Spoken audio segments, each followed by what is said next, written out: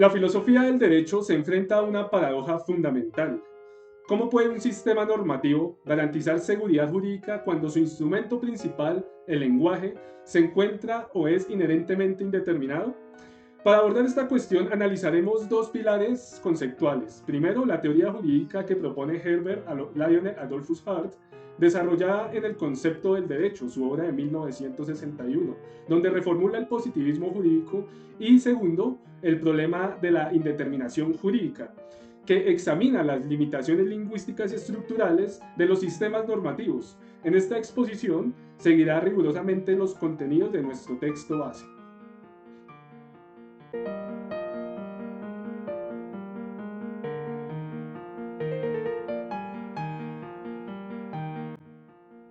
En esta primera parte hablaremos sobre la teoría que propone Herbert Lionel Adolphus Hart, y esta teoría primero se basa en una crítica que hace respecto al imperativismo de John Austin.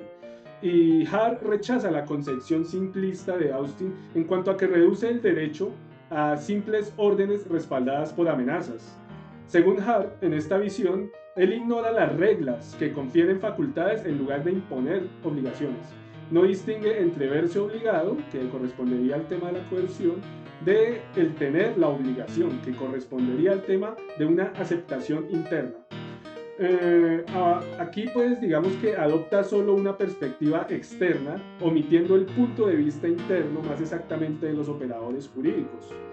También vemos que hay, digamos, una discrepancia en cuanto a que Hart, o bueno, en su estructura principal, Hart propone respecto a la estructura de los sistemas jurídicos dos tipos de normas principales. La primera, que denomina reglas primarias, y estas reglas primarias establecen derechos u obligaciones, ya sean derechos positivos o negativos en cuanto a la acción u omisión, y también sobre el contenido sustantivo del derecho. Es decir, estas obligaciones y estos derechos son el contenido sustantivo del derecho.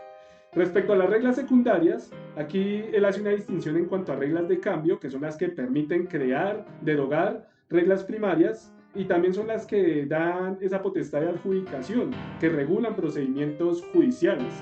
Y también acá viene algo muy importante en cuanto a la teoría de Hart, y es ese tema del reconocimiento, la regla de reconocimiento, que es un criterio social para identificar normas válidas, es decir, equivalentemente funcional a la norma fundamental que propone Kelsen.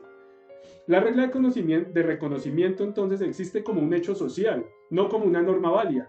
Esta es su paradoja fundamental.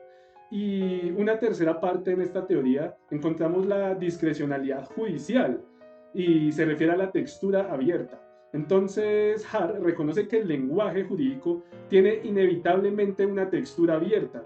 Primero por su naturaleza, el lenguaje es vago en sus bordes conceptuales, en sus límites conceptuales. El legislador no puede prever todos los casos posibles al momento de redactar su norma, y pues esto también genera zonas de penumbra, donde los jueces deben ejercer esa discrecionalidad para poder llegar a un resultado, una solución concreta de un caso concreto. Esta posición será criticada más tarde por Dworkin, quien argumenta que siempre existen principios jurídicos que, digamos, resuelven los casos difíciles sin necesidad de recurrir a la discrecionalidad.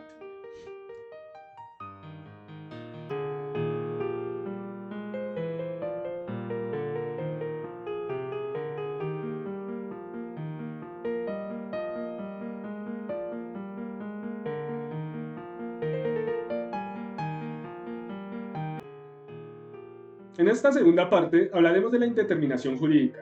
Para hablar de la indeterminación jurídica es necesario hablar de las tres dimensiones de indeterminación lingüística. Estas tres dimensiones comprenden la ambigüedad, la vaguedad y lo que es la carga emotiva. ¿Pero qué significa cada una de ellas? Cuando hablamos de ambigüedad nos referimos a que hay una ambigüedad semántica y sintáctica. Semántica en cuanto a que las palabras tienen múltiples significados, y sintáctica en cuanto a que la estructura gramatical permite hacer varias interpretaciones. Respecto a la vaguedad, tenemos la extensional, la relacional y la contextual. Pero, ¿qué significa cada una de ellas? La vaguedad extensional se refiere básicamente a términos sin límites precisos, es decir, límites que no son claros u objetivos. Y en cuanto a la vaguedad relacional, se refiere a conceptos que requieren una comparación para poder determinar su significado. Y finalmente, para la contextual, Aquí se refiere a que el significado depende de las circunstancias de las cuales estén hablando. Otra parte, respecto a esta indeterminación jurídica, pues se encuentra respecto a las patologías, por así llamarlo, a las patologías de los sistemas normativos. Pero ¿a qué nos referimos con estas patologías? Primero están las contradicciones normativas. Nos referimos a las antinomias, que requieren criterios de solución, aunque existen métodos para poder dar una solución a estas antinomias, y son los que conocemos respecto a la jerarquía, respecto a la temporalidad y respecto a la especialidad de la norma. Otra patología que podemos encontrar es respecto a las redundancias normativas, y esto se da, digamos, por una superposición normativa que complica el sistema. Es decir, que entre la abundancia de normas existen normas redundantes que dan múltiples opciones para solucionar un caso en concreto. También tenemos las lagunas normativas o valorativas. ¿A qué nos referimos con esto? Lagunas normativas en cuanto a que hay ausencia de una regulación específica normativa o a que hay falta de criterios para ponderar principios. Entonces, las lagunas normativas se refiere a la carencia de normas y las lagunas valorativas se refiere a la carencia de principios. Otro tema o otra parte en cuanto a la indeterminación jurídica la encontramos en la dimensión ideológica. ¿Y a qué me refiero con esto? Pues la indeterminación, digamos, revela que el derecho no es técnicamente neutral. Es decir, que la selección de casos son difíciles, digamos que reflejan los valores sociales. Las soluciones a lagunas también implican esos reflejos de los valores sociales.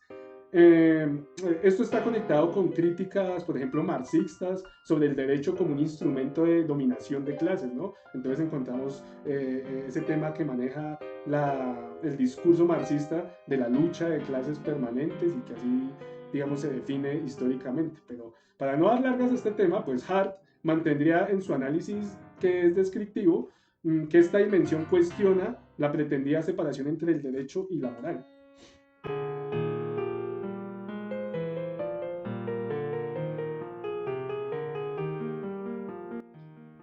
En esta parte, para hacer un análisis o una síntesis integradora, como sugiere el título, podemos hacer una conexión conceptual.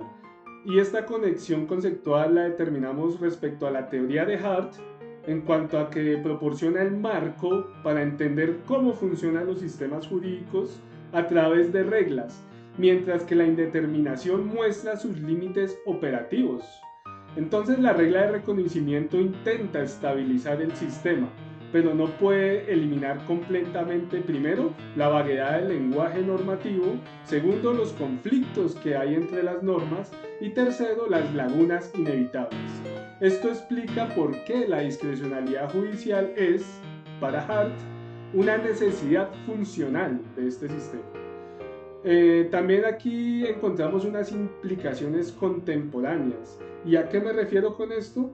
Entonces, aquí en este análisis, pues nos dejan preguntas urgentes, ¿no? Primero, ¿cómo diseñar instituciones que controlen la discrecionalidad sin rigidizar el sistema? O mejor dicho, sin hacer que el sistema sea estrictamente rígido. Y también tenemos otro problema, que es qué mecanismos pueden evitar que la indeterminación sea una fuente de arbitrariedad.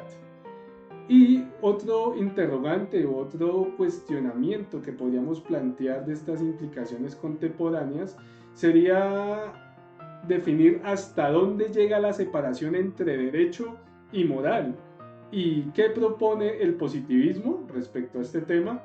Estas cuestiones entonces planteadas por Hart y desarrolladas en el análisis de la indeterminación sigue definiendo el debate jurídico-filosófico actual que tenemos hoy en día.